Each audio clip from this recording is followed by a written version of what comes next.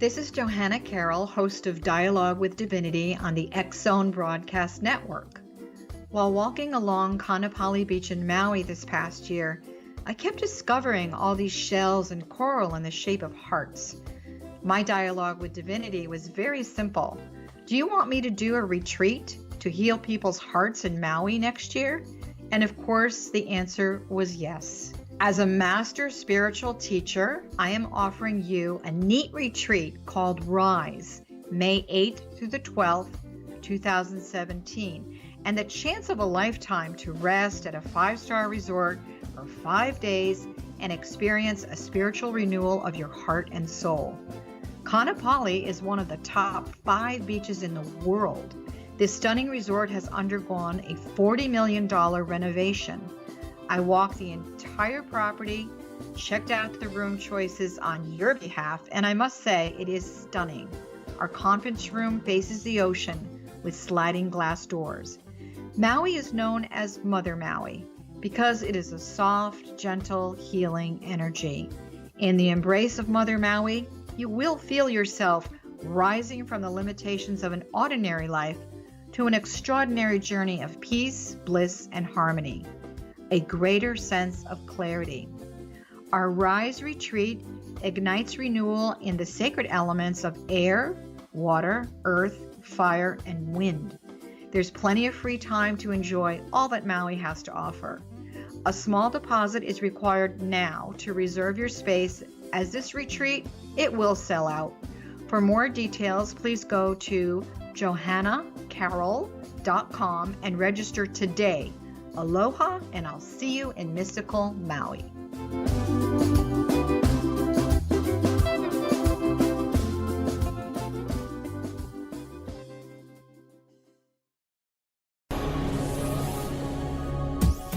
This is the X-Zone Broadcast Network, broadcasting worldwide on broadcast affiliates and satellite program providers, including CNN Broadcast Network, Sirius Satellite Network, Star Media, Good News Radio Network, Angel Broadcast Network, Wiki Broadcast Network, and WPBN TV. For more information on the X-Zone Broadcast Network, visit us at www.xzbn.net.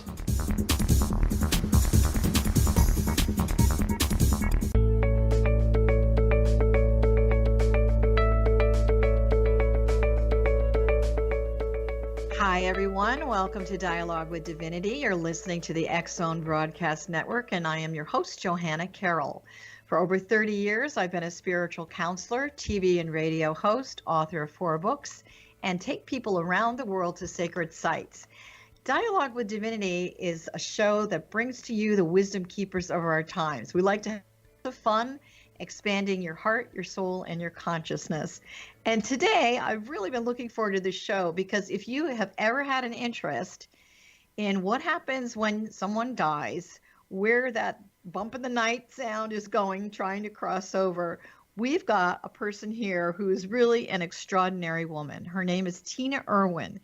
She's a retired U.S. Navy commander who is a ghost helper and not a ghost hunter. So what's the difference? The difference is that Tina does more than merely talk to the ghost. Yep, she does listen to their stories, as it helps her to understand why some souls get stuck upon death.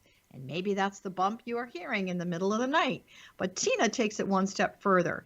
She helps that lost soul to cross over into the light of the heaven world. And once a lost soul meets Tina, they get that help so that they can cross over in a time of great need. They're reunited with their loved ones on the other side, and they no longer live in the fear of the cold and the dark fourth dimension. So today we're going to be talking all about how Tina, and how anyone actually, can help a lost soul to cross over. I also want to mention that she is the author of multiple books. She's got a series of ghost stories from the ghost point of view, The Lightworker's Guide to Everyday Karma, and The Lightworker's Guide to Healing Grief. You can find all of these books on Amazon.com. And without further ado, please join me in welcoming our guest, Tina Erwin. Hi, Joanna. I thought maybe you disappeared with a ghost there for a moment. No. I'm right here, and I'm very honored with that lovely introduction, and happy birthday. Oh, well, thank you. Thank you. It's a crossover moment for me. Anyway, I've got to ask you the question that I'm sure a lot of people ask you. So how did you go from being a retired US Navy commander into being a ghost helper? I'm really curious about this. I'm probably like a lot of people.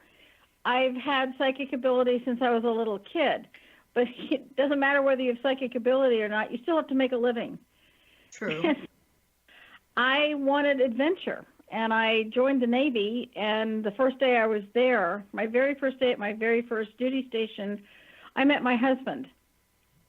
And it's as if at that moment, psychic ability began to just really take off. And I had a series of events that unnerved him and unnerved me, because it's not like you can go to psychic school. I mean, really. And it's not like people are going to believe you when you say you can do certain things. And I'm a person who believes everyone has psychic ability. And we lived in Italy 3 years, and considering the millions and millions of people who have died there, I'm really grateful that I didn't see all the dead people who were there. That would have been overwhelming. Well, it can be very overwhelming. We moved from Italy to Charleston, South Carolina, and we moved into a house that we didn't realize was haunted when we bought it. It was only 18 months old. Wow. I didn't have a full appreciation of predecessor energy. And in 1979, 1980 period of time, I didn't know how to remove a ghost. I knew the ghost was there. I mean, he made his presence so known. And in the first ghost story book, volume 1, I go into enormous detail about what that ghost did. Okay. And I started researching, I've got to do something. So I thought, like a lot of people thought, I should just get rid of him. Well, souls aren't like taking out the trash. Trying to get rid of them doesn't address the problem. It just treats the symptom. So that requirement to do something about Jake, because we named him, really led me on a journey, like everyone has their journeys, just led me on a journey to figure out how do we help them. They're somebody's relative or somebody's tormentor. It doesn't matter who they are or what they are. At the end of the day, they're still lost and alone and cold and unhappy in the fourth dimension. And so through a series of events, I learned how. It took me forever, but it took me, 20 years, even after I retired, of figuring out how do I help them. And one day I discovered I could do remote viewing. Beautiful. And I could actually see them. And I had a very traumatic event where someone very dark tried to do something very bad to me. But unfortunately, it kind of backfired, and the man died. And at the moment of his death, I could see him leave his body, and I could see these horrible things coming at him and tearing at him, not unlike what happened in the movie Ghost. And in that moment, as I'm watching him, one of my brothers was with me, and he said, "Let's help him cross over."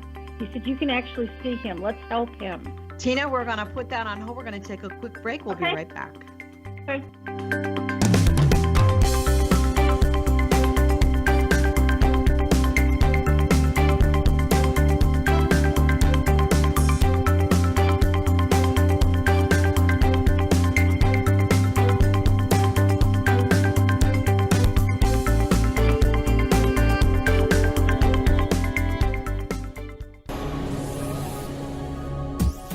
This is the X-Zone Broadcast Network, broadcasting worldwide on broadcast affiliates and satellite program providers, including CNN Broadcast Network, Sirius Satellite Network, Star Media, Good News Radio Network, Angel Broadcast Network, Wiki Broadcast Network, and WPBN TV. For more information on the X-Zone Broadcast Network, visit us at www.xzbn.net.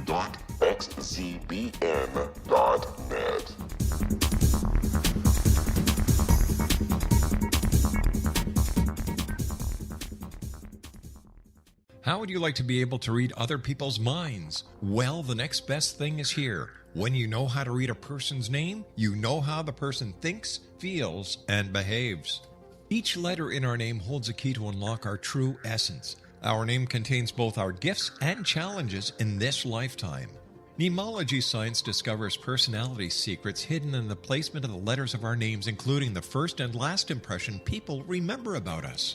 Sharon shows us how to interpret the arrangement of letters as outlined in her book, Know the Name, Know the Person.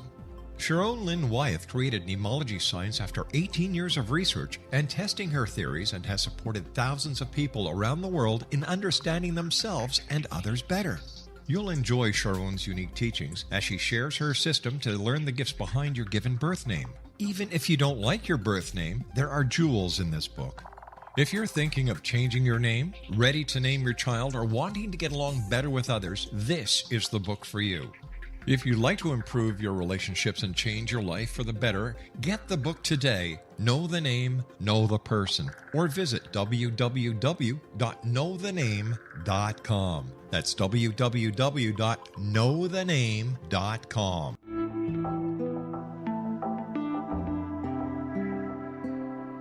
Take a step back in time and discover old Florida cuisine at Marsh Landing Restaurant in Fellsmere, Florida. Enjoy delicacies such as frog legs, gator tail, catfish, and swamp cabbage, or enjoy the more traditional cuisine such as hand-cut Angus steaks, ribs, and seafood. Join us for breakfast with a southern flair featuring sweet potato pancakes, biscuits and gravy, and much more. Planning a party? Marsh Landing's private dining rooms can accommodate groups from 8 to 80 people. While you visit, enjoy the historic pictures, artifacts, and stories that line the walls. Marsh Landing is truly a unique experience. Marsh Landing Restaurant, 44 North Broadway in historic downtown Fellsmere, or visit marshlandingrestaurant.com. Marsh Landing, old Florida cuisine at its best.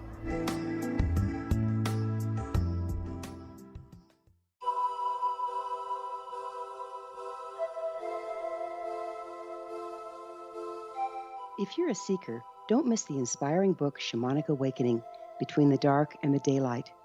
This remarkable work chronicles shamanic counselor and indigenously trained dream decoder Sandra Cochran's 35 years of experience with diverse wisdom keepers throughout the Americas. Sandy's initiations across the British Isles, Turkey, Greece, and Egypt, combined with her knowledge of symbology, psychology, and myth, influence her dream blog and workshops. Sandy offers private readings, sacred international journeys, a meditative CD, and her book, Shamanic Awakening, to encourage you as you navigate your earth walk and create a deeper connection to yourself. Find this and more at her website, starwalkervisions.com.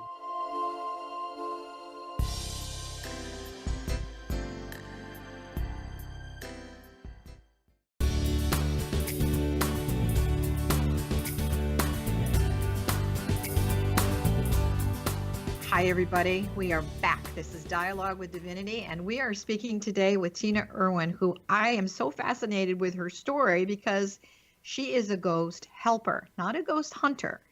We were talking before I went to break about how she came from the retired U.S. Navy commander into this wonderful gift of service.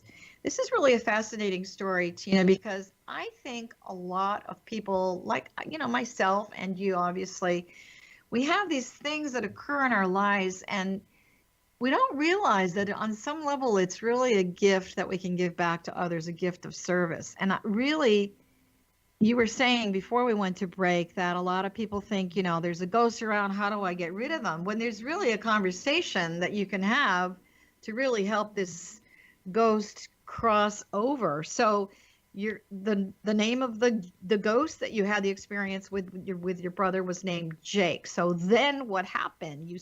I'd like you to continue on that thought. Actually, we never did figure out how to cross Jake over. I moved to San Diego. Oh, and he stayed where he was. Oh yeah, no, Jake is probably still there because I don't own a house. We moved to San Diego, and I retired, and I started a computer company, and obviously that's not what the higher forces decided I was going to do. And I know. I wrote software anyway. Anyway, whatever I was doing wasn't what I was supposed to be doing, I think. And Okay. at one moment, this man died. I could see him, and my brother said, "You know what? Let's take this opportunity to cross him over, even though he was horrible to you." And I thought, that's a great idea, because maybe if he is embraced by the light of the divine, maybe the cruelty with which he directed his energy toward me can be softened, and maybe that part of him that is hurting can be healed. And that's exactly what happened, is those thoughts come to your mind that you really want to help someone. It's like this doorway opened up, and there's this blazing light. And remember, I'm not going to go too far into that light because it's not my turn. That's right. And then I brought in some angels to help because I was new at this. Mm-hmm. And he crossed over, and he looked back at me like, "Why would you do this for me?" Because he was about to enter a dark world that makes Potter look like Disneyland. Yeah, I bet. And I said, "Because it's the right thing to do." And then he left. And so it was miraculous for me, to be blunt. I was completely overwhelmed, awed, and humbled. And I ended up getting all kinds of phone calls all the time. "Can you help so-and-so? Can you help so-and-so?" And realized that, if I were abducted by aliens tomorrow, I would need to have other people know how to do this. Mm-hmm. And because of that, and there's a story about how this came about, but I created something called the crossing over prayer. Nice. And I use the word "I created" very loosely, as I'm sure you understand. I think someone just helped me write the words. And this is a very effective prayer. It's on my website at tinaerwin.com. Anyone, anywhere in the world can use it, and it has been used globally. It's in several languages that we've been able to get translated. Because the prayer is absolutely free. You can say it out loud, and I've got videos, so that anyone can help a person who has died. Do you feel that I don't know what you would call it. For me, it's guides and teachers that I definitely have a relationship with a lot of the council groups on the other side of the veil. So you basically are an instrument, you're a healer, kind of it's sort of a global term that we use in the world of metaphysics and spirituality. And so this channeled prayer, if you will, is being used on a global level to really allow other people to be in service as well. When you started this, you had absolutely no training. You just naturally did what came to you. Is that what I'm understanding? There is no training, and there was no connection with the military. I worked for the submarine force for 20 years and truly loved it. I retired at the commander level, and I used my psychic ability to understand my crew, to get a sense of what was going on, not for anything more esoteric or dramatic than that. Sure. I mean, that's about as honest as I can be. When I retired, the abilities coalesced, and all of the tools that I learned in the Navy, I got to use with metaphysics. And I've been studying metaphysics for 50 years. Mm-hmm. I want to understand the esoteric reason behind things, just like you do. And I think all of us who are on our karmic path or our spiritual journey want to understand it at significant levels. And my belief is that God is the first scientist, period. That's a great statement. I love that. Let me ask you a question. Going back to ghosts and your work, because this is your new career. You're having multiple careers in one lifetime. So this particular career, who do you think becomes a ghost upon death? I mean, when I think of ghosts, for myself, I think of the white filmy ectoplasm. But I know for myself, I've had the experience of people showing up in a form that I would recognize. So for instance, someone that I was familiar with, a friend, family member, etc. And then there's a whole other ballpark with a presence that shows up that I don't necessarily know, but yet I know that they're there. So when you say someone becomes a ghost upon death. I mean, do you feel that we all become ghosts upon death? Yes, I think, and I can prove it to you. Yes, Okay. I do. Because every faith on the planet, and this is why you study metaphysics, because you've got to understand these things. Every established faith on the planet has an equivalent of the 23rd Psalm. Lo, though I walk through the valley of the shadow of death.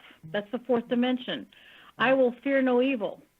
Well, I'm telling you, if you're going out in a blaze of glory with angels, why would that occur in every faith all over the place? Why would that be necessary? I will fear no evil, for thou art with me. Remember, God is with you. But because you're dead doesn't mean your soul dies. You cannot kill a soul. And I'm going to say that again. No matter how someone dies, even before birth, you cannot kill a soul.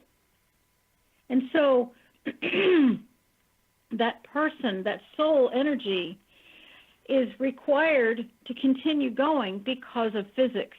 Energy is neither created nor destroyed. So the energy that animated each of us must continue on. It's what Christ talked about when he talked about life everlasting, not death everlasting. My explanation of a soul is everything that you have been, everything that you are, and everything that you shall ever be. You know, the soul is eternal.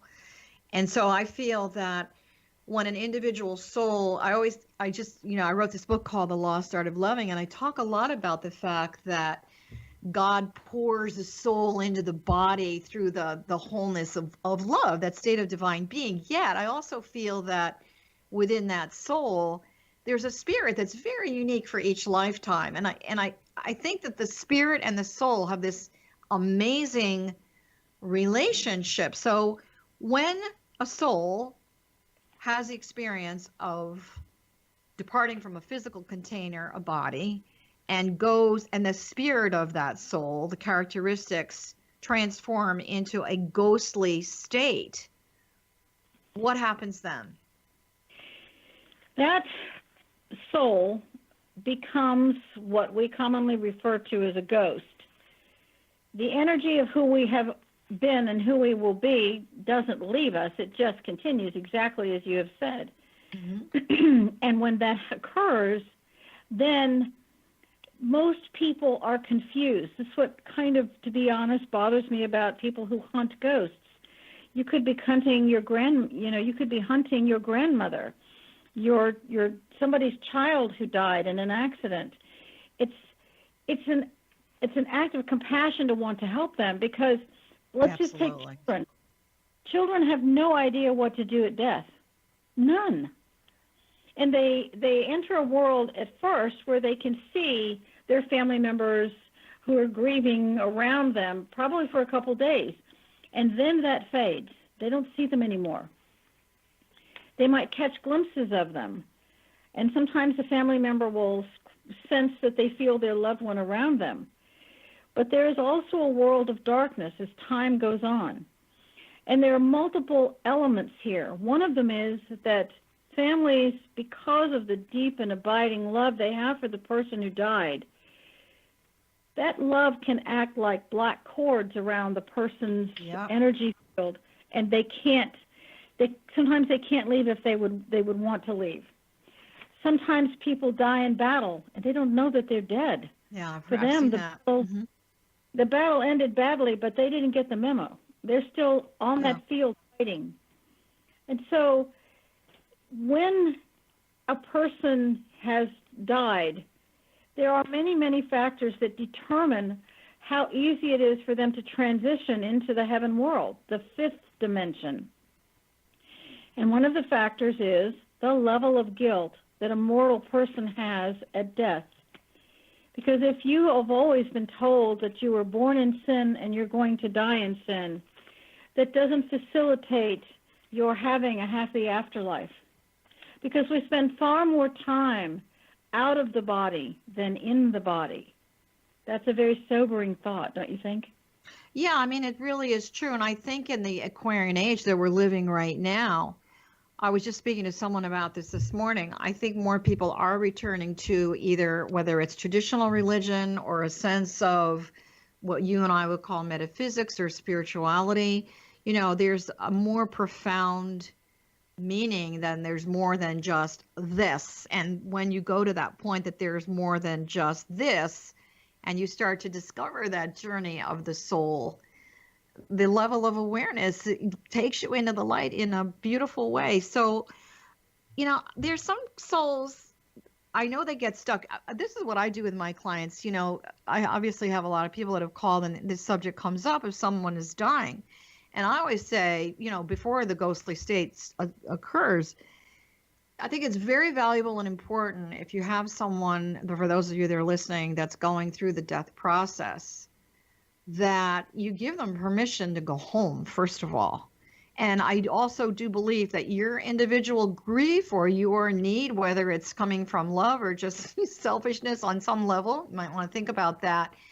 It's like she was saying, you are tethering them to the earth. Let them be free. Let them go home. Yes, you miss them, but you can still have a relationship. And we're going to talk about that later. You can have a relationship. So quickly before we go into break, why don't you think some souls, they can't cross over on your own? I know you talked about children, people that are in battle. They don't even know that they're dead. So do you think that the main reason is fear? I think that the main reason is simply ignorance. Sometimes it's fear, a lot of times it's guilt, and sometimes people simply have no idea what to do because they don't know what to expect.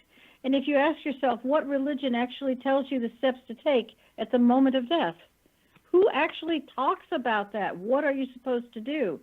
I know that the Tibetans do. They have an entire procedure, and if you follow the procedure, it's beautiful, absolutely gorgeous. Tibetan book, Living and Dying. Right. We're going to take a short break. Hold that thought. We will be right back. This is Johanna Carroll. The show is Dialogue with the Divinity.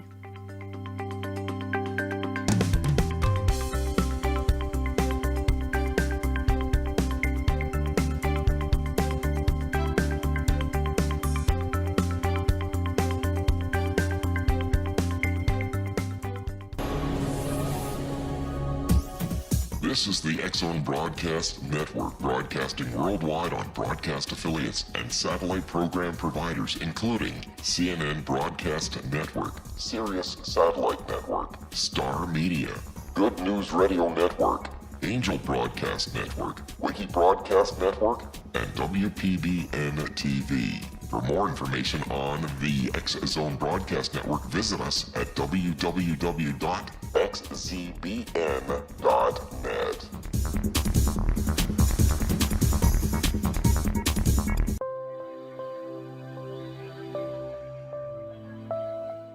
There's a legend shared by many indigenous cultures of a time when the nations were cast to the four corners of the world. Each nation was given a body of sacred knowledge that held a different portion of the truth to preserve. True reality could not be known until all the nations reunited, combining the information. If a single one was missing, the world could not be reborn and darkness would prevail. The Science of Magic Radio is dedicated to reuniting the sacred knowledge. With the understanding, none of us has all the answers, but together we can open new perceptions and possibilities. Through our combined vision, the world can be reborn into a place where darkness no longer prevails. Join me, Gwilda Wiyaka, and the Science of Magic daily on the X-Zone Broadcast Network, xzbn.net, or visit us at thescienceofmagic.net.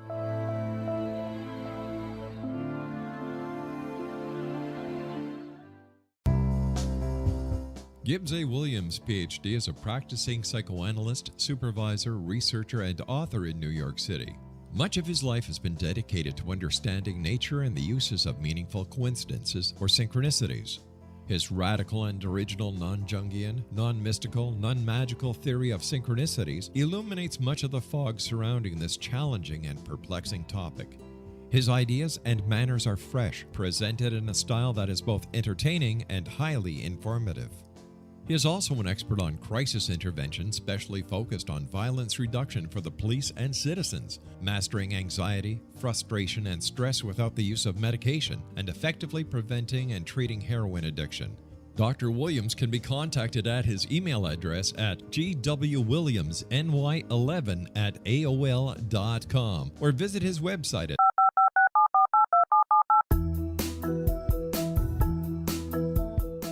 Did you know that when you're on the road with limited data or Wi-Fi, you can still listen to the X-Zone Radio Show with Rob McConnell, The Science of Magic with Gwilda Wiyaka, X-1, Dimension X, Space Patrol, and every minute of the X-Zone Broadcast Network by calling 213-401-0080, courtesy of Audio Now. No smartphone, app, or internet needed. It saves your data plan and it's free if you have unlimited minutes. Call 213-401-0080 to listen on any phone, anytime, anywhere.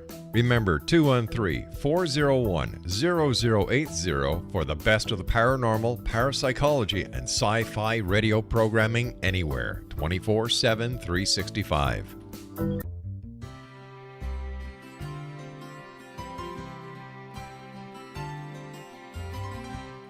True healing must address 4 levels: physical, emotional, mental, and spiritual, for us to live joyful and productive lives. We tend to treat 3 of the 4, leaving the spiritual languishing.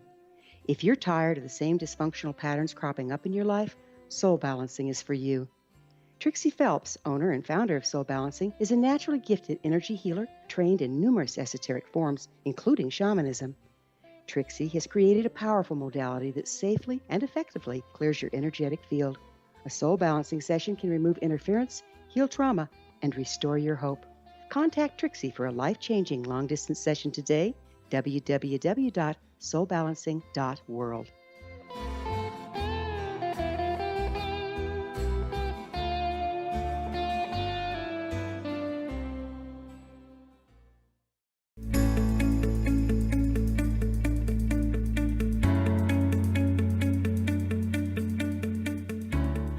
Welcome back, everyone. This is Johanna Carroll. You are listening to the X-Zone Broadcast Network, and our show is Dialogue with Divinity. And today, we are here with an amazing woman who really is the ghost helper. Before we went to break, we were talking about souls that get stuck on the earth, and your job as a family member in letting go and allowing that person to rise to their next level of experience. We all know that the soul is eternal. We can't really be selfish in holding our loved ones to the earth because you know what? They still have a journey. They still have work to do. So before we went to break, Tina, we were talking about, the fact that children, people that are in the military, people that are in really bad accidents, it's a shock. Do you think it's like a shock to the system? It's like they don't realize that they're actually out of the body, right? Exactly. I was driving home from the ice cream shop, and there's this adorable little red Fiat, and the guy standing there with the ice cream in the front seat melting, and he's talking to the cop, and I, through remote viewing as we were driving by, I said, dude, I hate to break it to you, but you didn't make that turn. You hit the phone pole and you died. The cop can't hear you. And he says, oh, my wife's going to be so upset. And I said, I know. He says, I'm going to just spend some time with her. And I said, unfortunately, because I happened to be on the scene, you have to cross over. And I brought in help immediately and crossed him over instantly. When you say you brought in help, who are you actually calling in, if you don't mind me asking? I gave them a name, Angels of Transition. Nice. Okay. So you have your team. I have a team that comes in, but anyone can request that team. And that's why I'm grateful to you for allowing me to share this information. It is helping a person to cross over, whether it's your loved one, you can still love them, but letting them go, releasing attachment is critical. It is the greatest act of love. And it is going to be the compassion you will want for yourself. And that's just huge. And on that website, there's the crossing over prayer. And maybe you bought a house, and the people who died in it. This actually happened in Colorado, and we tried to. My first book was published by the Edgar Cayce Center in Virginia Beach, and they loved the grief book.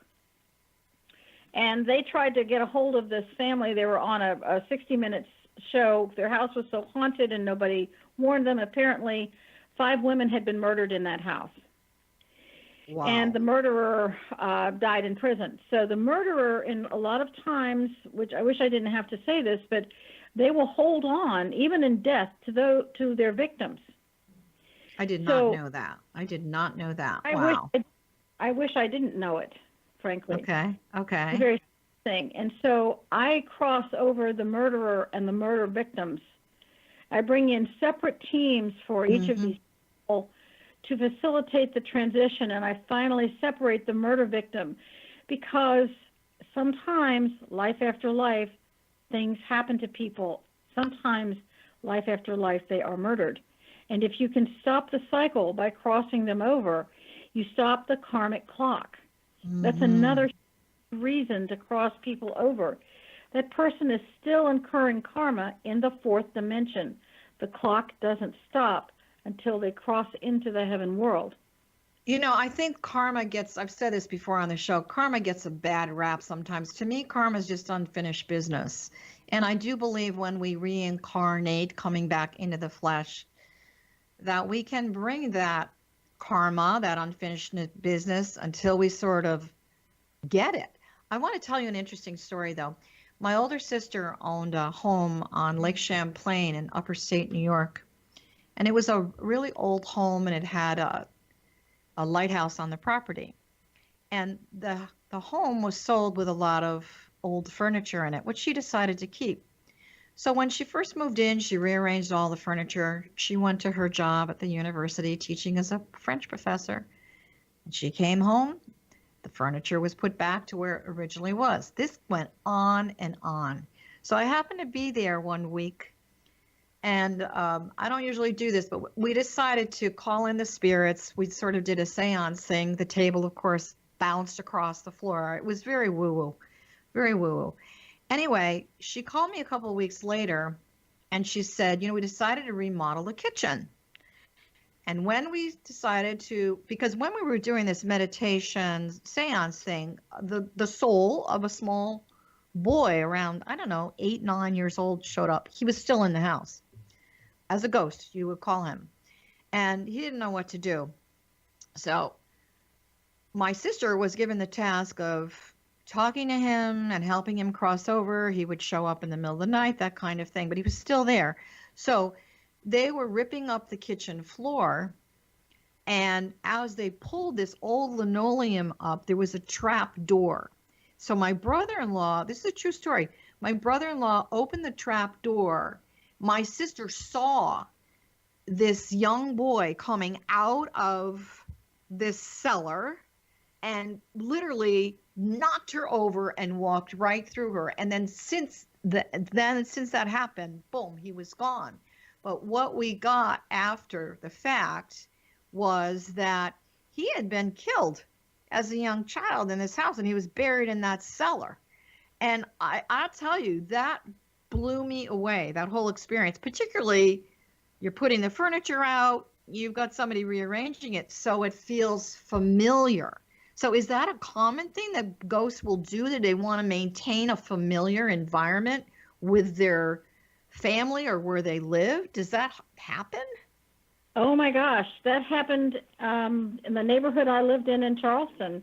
Jake didn't rearrange the furniture, but he was a thief. My neighbor had, I think, the same ghost, Jake. He was a thief and stole all her jewelry. One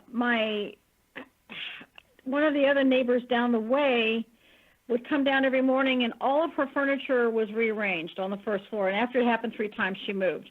Another woman would come downstairs, and she found that a rocking chair every day was moved in front of a window, and it was rocking.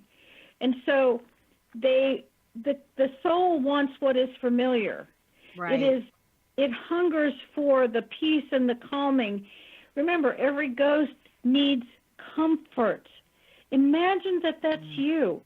Yeah. You are not in your body. No one can hear you. No one's responding to you. At first, you see them, and then you're in this dark and lonely world, and you imagine, almost like a thought form, your surroundings.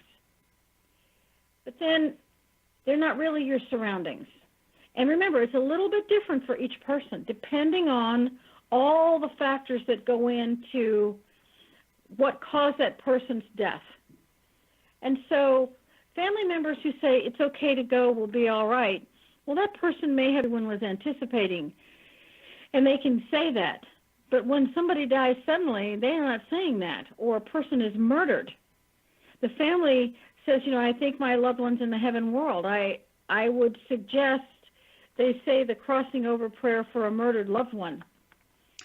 Tell everybody again, Tina, your website. Where can they find that again?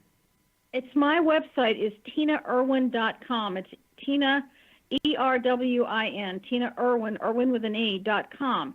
And it's on the top menu, it says Crossing Over Prayers. And you can play the video, which I have a lot of people do. There are surgeons who come home every night and they play the video.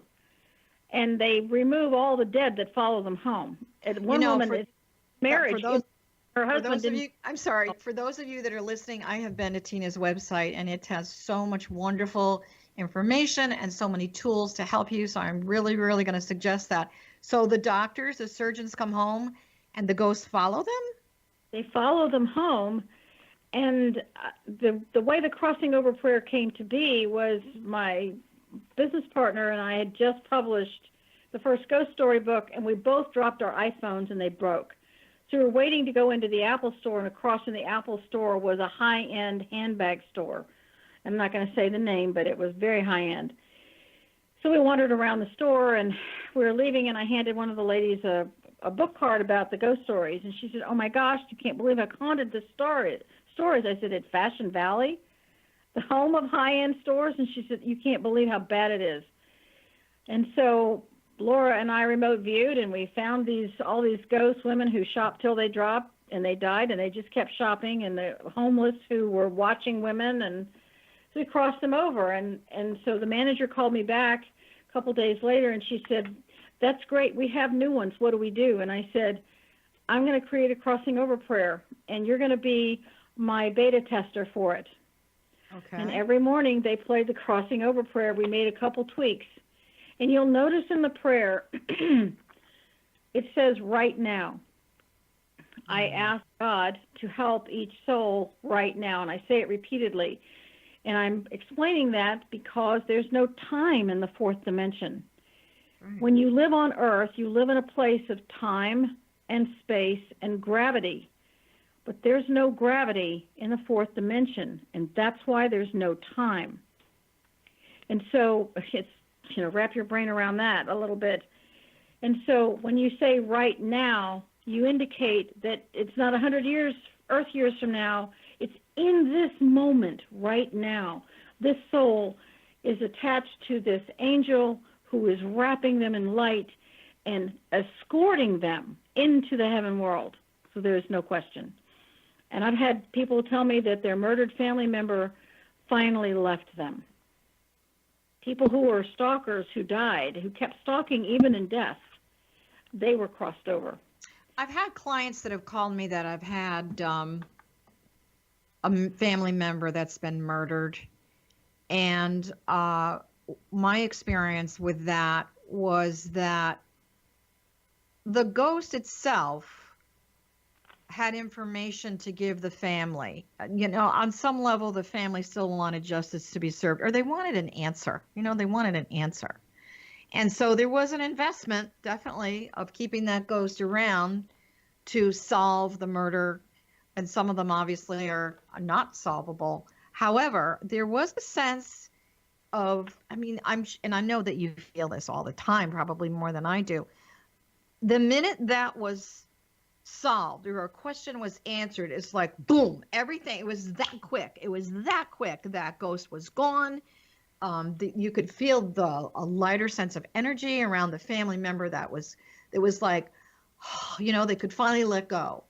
And so do you think that ghosts hang around in that catastrophic death situation to give information to the family? Is that really necessary, or is just that another black cord that's holding them to the earth?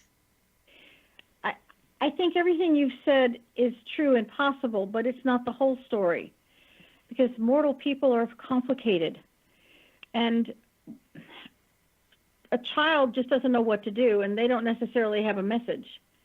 My niece died at the age of 6, and she was just going to continue to hang around. And the hardest thing I ever had to do was cross my 6-year-old niece over. I bet it was. It was very difficult, and I mean, she's only been dead an hour, and I am in shock with grief. Mm. And it doesn't matter. I still have a job to do. We're going to take a quick break, Tina, and when we come back, I want to finish that thought, and also let's talk about the dark side to ghost hunting. We'll be right back.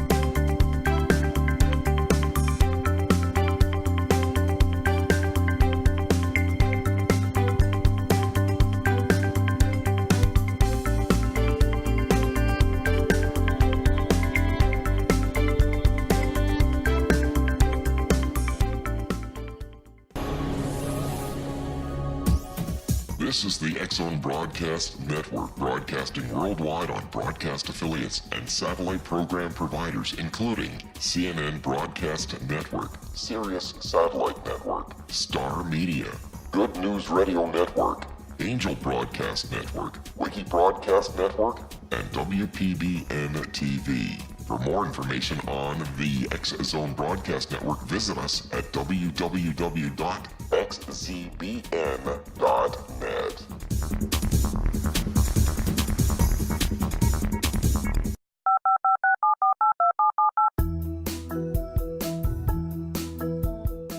Did you know that when you're on the road with limited data or Wi-Fi, you can still listen to the X-Zone Radio Show with Rob McConnell, The Science of Magic with Gwilda Wiyaka, X-1, Dimension X, Space Patrol, and every minute of the X-Zone Broadcast Network by calling 213-401-0080, courtesy of Audio Now.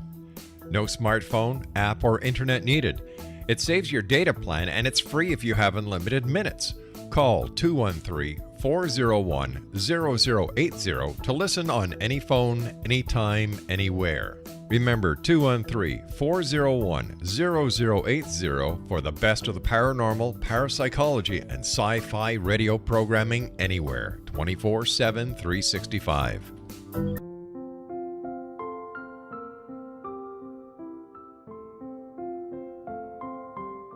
I am Dr. Carl O'Helvey, founder, president of a new cancer foundation focusing on evidence-based physical, mental, and spiritual interventions, including natural cancer cures, prayer, meditation, affirmations, nutrition, and other related holistic cancer prevention and cure modalities.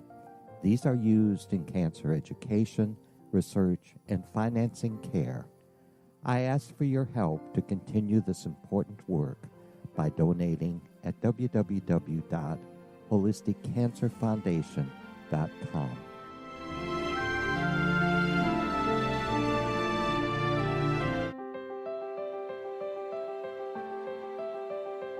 Wouldn't you love to know the secret to everything? I'm Dr. Kimberly McGeorge, and on The Secret to Everything, we will merge the practical with open investigation into all realms of the mysterious.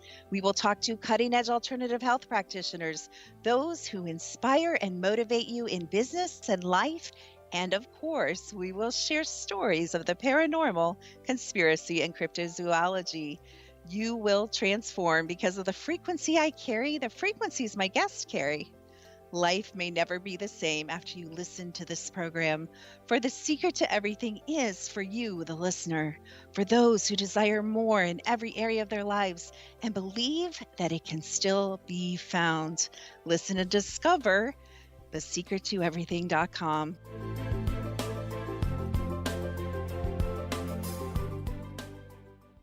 Little children aren't the only ones afraid of the dark. Millions of soldiers return from war zones with PTSD, anger, frustration, fear, and loneliness, much of which surfaces during the darkness of the night. You have the chance to change the lives of these American heroes. Songs and Stories for Soldiers.us provides free MP3 players for these men and women. With a list of 3 million songs in 16 different styles, 100,000 audiobooks, and 30,000 old-time radio programs, every veteran can find something to soothe and comfort them at no cost. All our players contain an 8-hour audio program designed to help veterans fall asleep. With 1,500 plus vets now participating, it's our goal to deliver 10,000 audio players this year. Go to our website at songsandstoriesforsoldiers.us. Help us help a veteran make it through the night.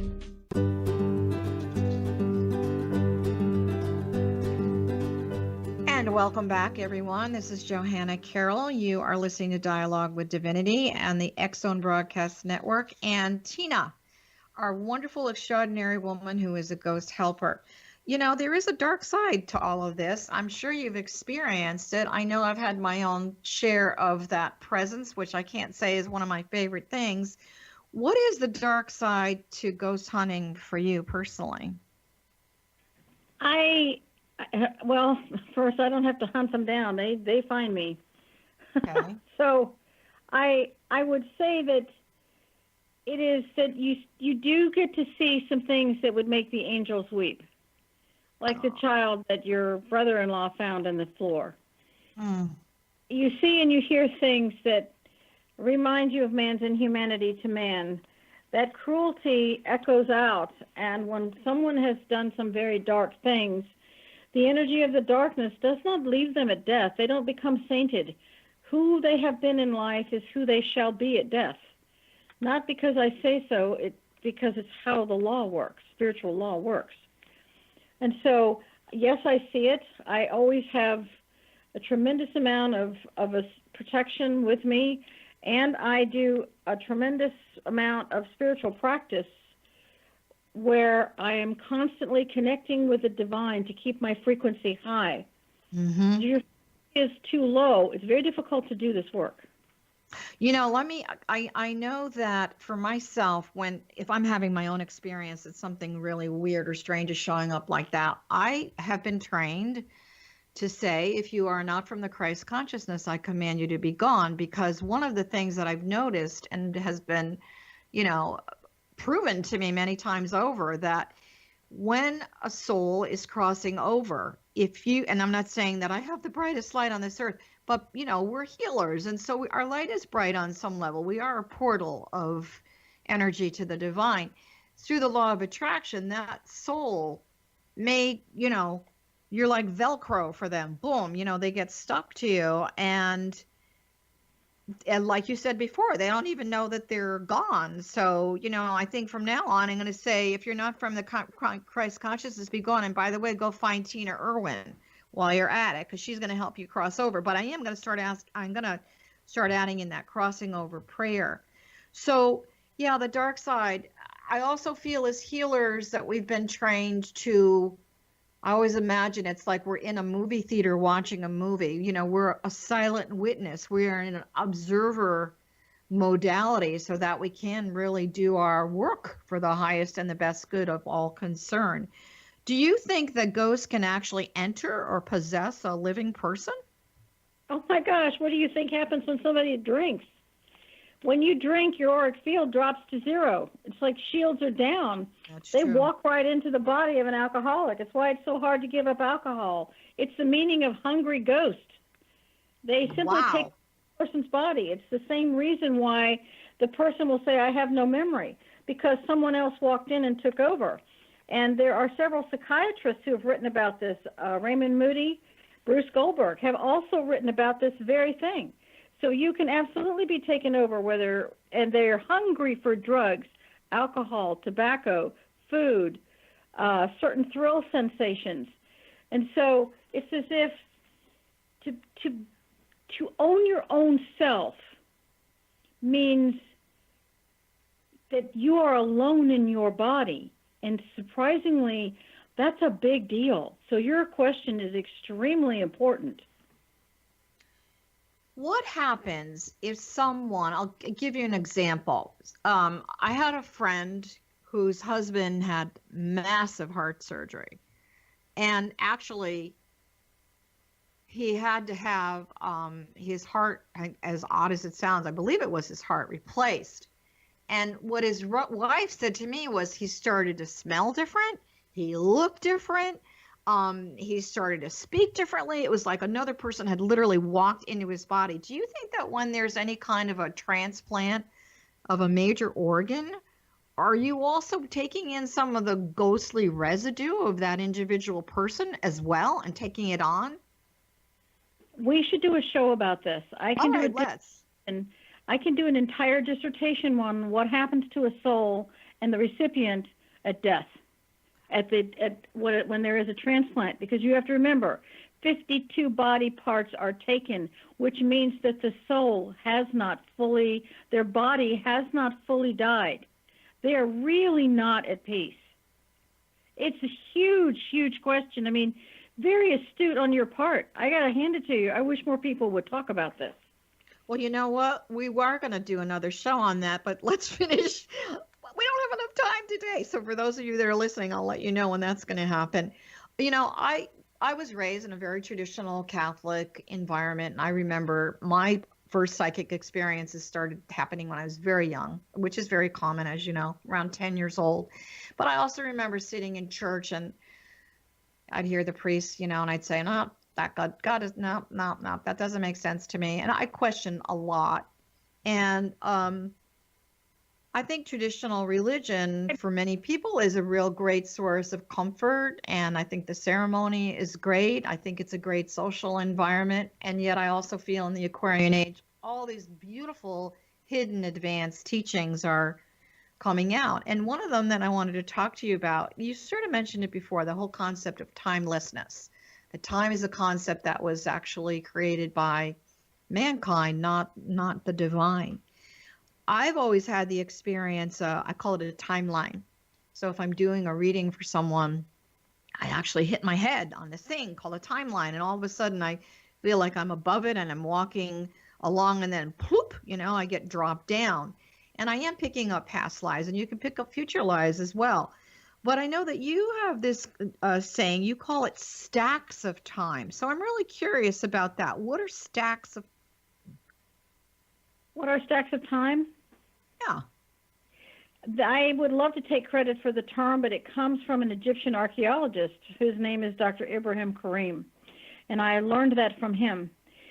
A stack of time means if I looked at my house in Charleston, there were stacks of time before the Revolutionary War when Native Americans walked that earth. The early settlers, the Revolutionary War, the War of 1812, the Civil War, every one of those represents a stack of time. And so many things can happen on a stack of time, you end up with stacks of ghosts. That's why ghost stories from the ghost point of view, you will read several stories that go back through multiple stacks of time. And I'm having to clear the ghosts from all those different time periods. It's a lot of work. Yeah, is it tiring for you? Of course, people say that to me. Don't you get tired?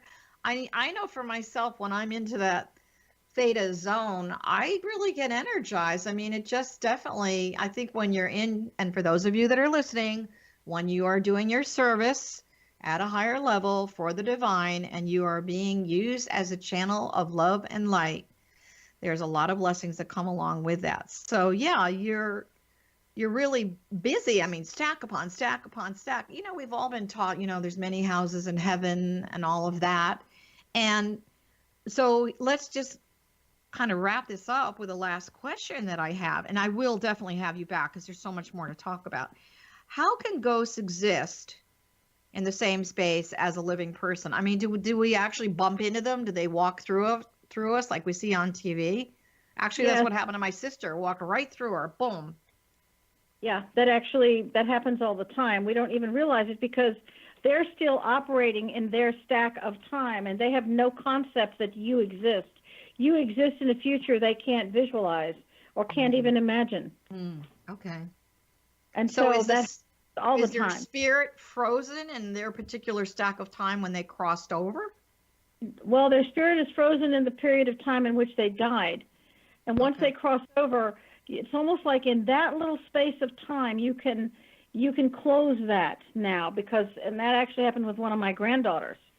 There was a stack of time where Native Americans were there, and they were rehearsing a murderous rage, and she could see them rehearsing and was terrified, but the raid hadn't happened. It was one of the most bizarre difficulties I have had in trying to determine, under spiritual law, what can I do, what can't I do? It's a challenge. Yeah. So, Tina, before we say goodbye to you, tell us what's new. I know you've got this great show that you are doing, The Karmic Path. What's new and what else is happening for you right now? What would you like our listeners to know about you, other than what's on your website, which, by the way, again, is Tina Erwin, ERWIN.com. Lots of good things on there, folks. Check it out. So what's new for you? What's new for us, what's new for me is that we have the Karmic Path podcast, and we have a radio show, The Karmic Path. I'm a co-host with Laura Van Tyne. It's on every Thursday at 5 o'clock with WCJV Radio out of Youngstown, New York. And we have the Karmic Path series of books about to come out. We'll have the first 2 out this week. And we are continuing to put out information that will help everyone. And if I could leave everyone with just one thought, it would be that when you help the dead, it is the compassion you will want for yourself. It is among the greatest spiritual services you can possibly perform. You will provide love and light and hope and healing to people, and you don't need a medium for this. You can do it yourself. It just takes a little courage and a lot of love. And Johanna, I want to thank you with all my heart for having me on your show. Oh my gosh, it's been a pleasure. You know I'm going to have you back because we've got to talk about the whole transplant thing. Anyway, for those of you that are listening, we're going to say goodbye to Tina for now, and she will be back. For those of you who want to check out our show, it's XNW. I'm sorry. We'll see you soon. Bye-bye.